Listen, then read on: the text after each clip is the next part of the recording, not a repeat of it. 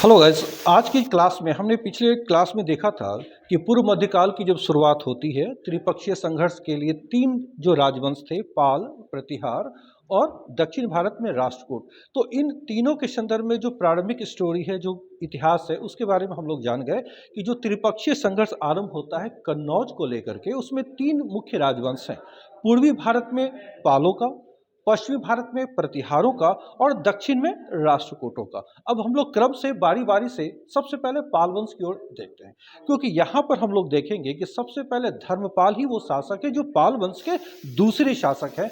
उनके द्वारा कन्नौज पर आक्रमण होता है। तो सिस्टमैटिक, अब यहाँ पर ऑलवेज हमें ध्यान रखना है कि एग्जाम में प्रश्न किस प्रकार के होते हैं। तो उन्हीं तथ्यों को, चूंकि बेसिक जो बातें हैं कि वो पाल वंश के संस्थापक कौन थे, पाल वंश कहाँ पर था, उनका साम्राज्य की सीमा क्या थी, ये सारी चीजें अब आपको पता है। तो उन क्षेत्रों को ध्यान में रख के स्टेप बाय स्टेप प्रत्येक शासक के एक पीरियड में जो महत्वपूर्ण कार्य संपादित हुए, बस वहां फोकस करना है जो एग्जाम में पूछे जाते हैं। तो सबसे पहले हम लोग ये देखेंगे कि पाल वंश की जो शुरुआत होती है, तो यहां पर सबसे पहले शासक गोपाल आते हैं। तो ये कहानी हमने बताया था कि कैसे ये गोपाल का जो सिंहासन पर बैठना होता है वो किस प्रकार होता है। शशांक की मौत के बाद 100 वर्षों तक अव्यवस्था फैली थी। फिर बंगाल के प्रबुद्ध लोगों ने एक व्यक्ति का चुनाव किया, वो व्यक्ति गोपाल है, जिसको प्रशासन का पूरा दायित्व दिया जाता है और इस तरह से वो पहली बार पाल वंश की स्थापना करते हैं। तो पहले शासक है वो है गोपाल। बोर्ड पे ध्यान देते हुए चलिएगा।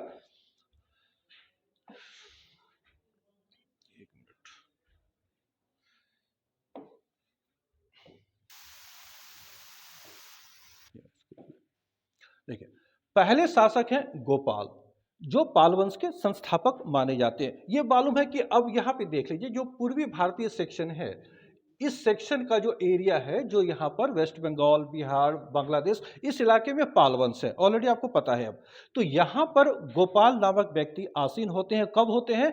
750, यानी 8वीं शताब्दी के मध्य भाग में पाल वंश स्थापित होता है बंगाल में। उस वक्त बंगाल को गौड़ के नाम से हम लोग जानते थे। अब बंगाल को बंगाल कहते, बट उस वक्त गौड़ वो कहलाता था। तो वहां पर शासन गोपाल संभालते हैं 750 ईस्वी में, यानी 8वीं शताब्दी के मध्य में पाल वंश की स्थापना होती है बंगाल के क्षेत्र में। अब यहां पर देखेंगे कि पालों की राजधानी क्या थी। तो आरंभिक स्तर पर पालों की राजधानी स्पष्ट नहीं है, इतिहासकारों में भी मतभेद है। लेकिन बाद में जो पुरातात्विक या अभिलेखीय साक्ष्य मिले हैं, इनके आधार पर कहा जाता है कि पालों की जो राजधानी थी वो मुद्दगिरी में थी, क्योंकि बिना राजधानी के प्रशासन चलाना और राज्य कायम करना असंभव है। तो राजधानी तो कहीं होगी।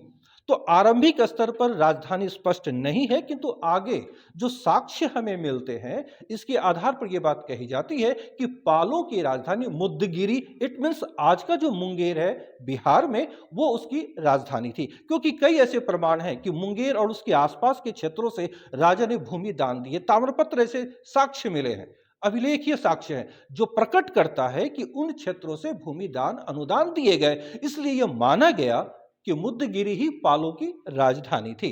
अब यहां पर जो फैक्ट्स है उसको भी आप देखते हुए आगे चलेंगे।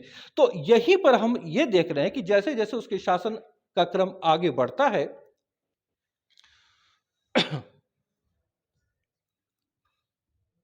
गोपाल जब गद्दी पर आसीन हुआ था, तो उसने अपनी सीमा को थोड़ा और आगे बढ़ाया और वो मगध तक का जो इलाका है वहां तक वो बढ़ गए थे। और इसी क्रम में गोपाल के द्वारा जो सबसे महत्वपूर्ण कार्य किया गया था, एक विहार की स्थापना की गई थी, जिसको महाविहार, औदंतपुरी महाविहार की स्थापना गोपाल के द्वारा की गई थी, जो बिहार शरीफ में मौजूद था उस वक्त। तो यह ध्यान रखना है कि जिस वक्त पाल वंश के शासक शासन कर रहे थे, गोपाल ने मगध पर अधिकार किया, उस समय नालंदा महाविहार मौजूद था। पहले से वहां पर एक बड़ा महाविहार, जो नालंदा विश्वविद्यालय, वो तो मौजूद थे। और उसी नालंदा, आज मालूम है ना कि बिहार शरीफ उसी नालंदा डिस्ट्रिक्ट का जिला मुख्यालय है। तो उसी बिहार शरीफ के अंतर्गत एक नया विहार स्थापित करते हैं, वो शासक है गोपाल। इसलिए ये याद रखिएगा, एग्जाम में पहले भी आ चुके हैं कि औदंतपुरी महाविहार की स्थापना किसने की थी? तो वो गोपाल ने की थी।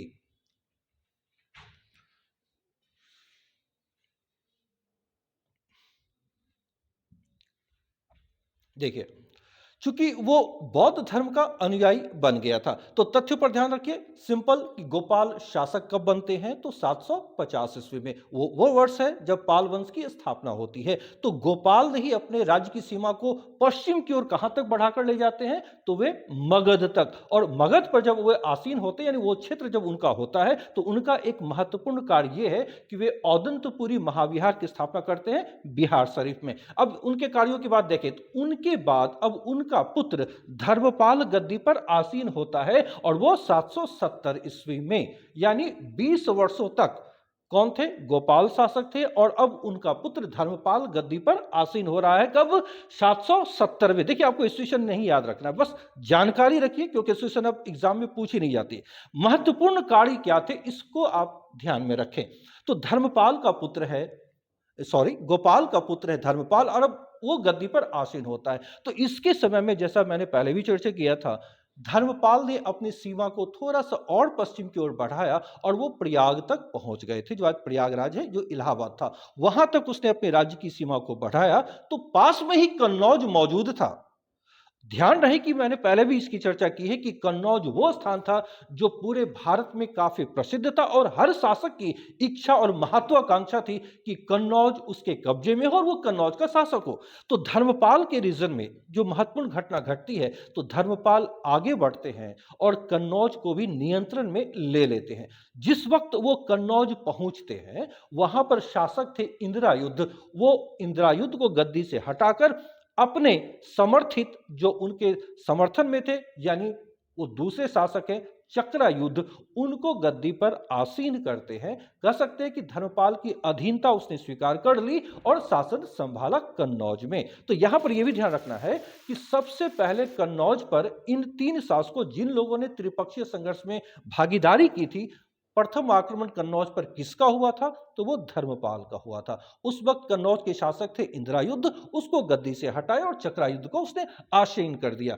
तो अब यहां पर यह ध्यान रखना है कि धर्मपाल ने जब इसकी शुरुआत की, कन्नौज पर आक्रमण की, तो जो दो अन्य पक्ष थे, वो दो कौन आकर त्रिपक्षीय संघर्ष में शामिल होते हैं, तो वेल नॉन, आपको अब पता है कि गुर्जर प्रतिहार वंश जो पश्चिम में थे, और दक्षिण में राष्ट्रकूट, और इधर पाल वंश के खुद धर्मपाल थे। तो इन तीनों के बीच अब संघर्ष की शुरुआत हो जाती है। तो यहां पर जो ध्यान रखना है वो ये कि धर्मपाल ने कन्नौज पर आक्रमण किया, उसे अपने नियंत्रण में लिया और चक्रायुध को वहां का शासक बना दिया। ये बोर्ड पे भी लिखी हुई है।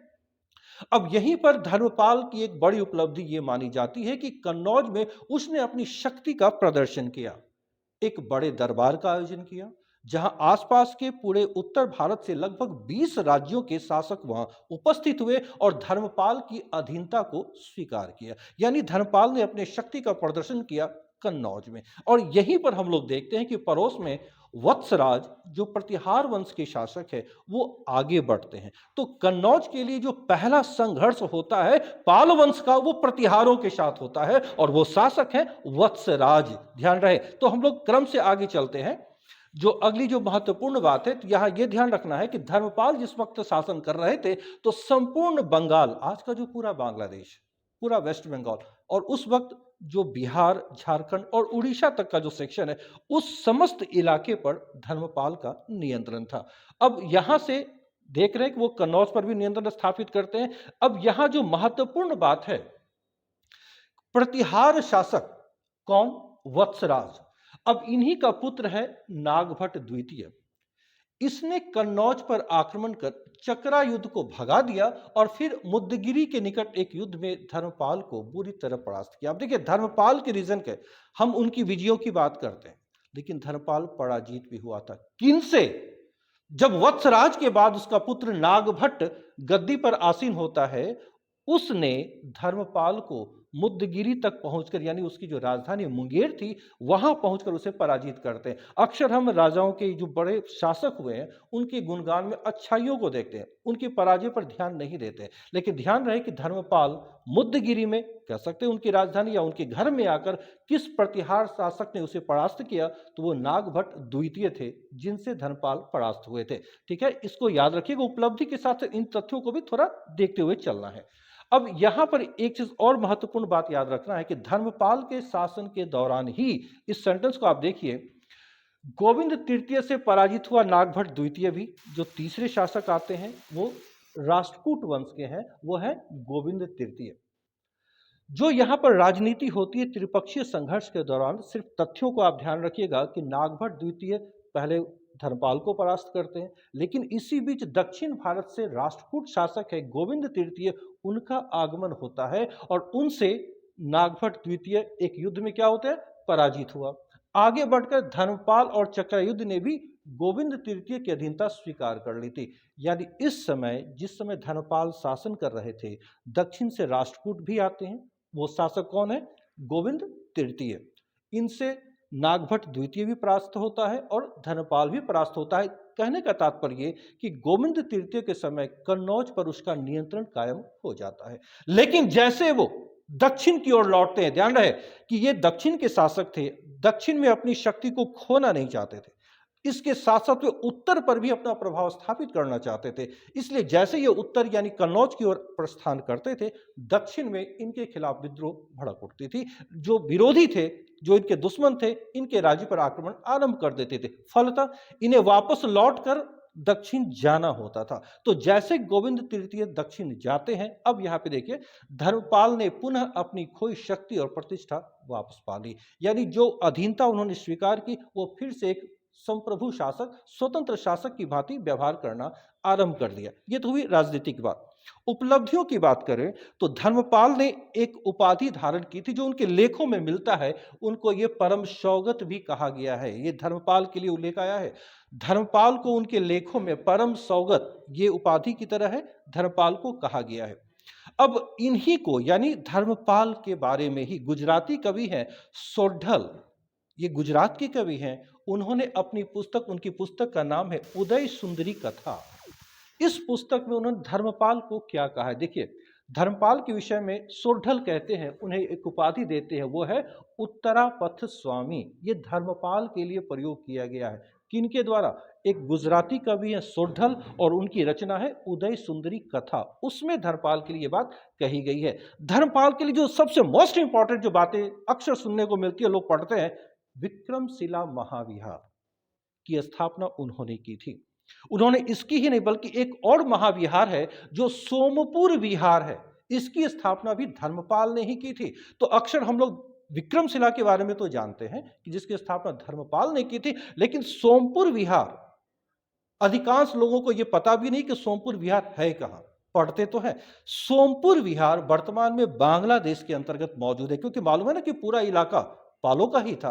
तो बांग्लादेश के अंतर्गत जहां पर यह मौजूद है वो नवगांव जिला है, जो बांग्लादेश के अंतर है। उसे सोमपुर या पहाड़पुर भी कहा जाता है। तो दो फैक्ट्स याद रखिएगा कि धर्मपाल ने दो महाविहारों का निर्माण करवाया। पहला तो वेल नोन फेमस है विक्रमशिला महाविहार, और दूसरा सोमपुर महाविहार, सोमपुर बांग्लादेश में है। ये दोनों धर्मपाल के समय स्थापित हुए। लेकिन इससे पहले याद होगा कि गोपाल ने औदंतपुरी महाविहार, तो इन तीन महाविहारों का ध्यान रखना है पाल वंश में। पहला गोपाल ने औदंतपुरी बिहार शरीफ में, उसके पश्चात धर्मपाल ने भागलपुर के निकट अंतिचक, जो आज एक जगह है, वहां पर विक्रमशिला का अवशेष है, तो वहां पर विक्रमशिला महाविहार, और फिर सोमपुरी या सोमपुर विहार, यह आज बांग्लादेश में। तीन महाविहारों का ध्यान में रखना है।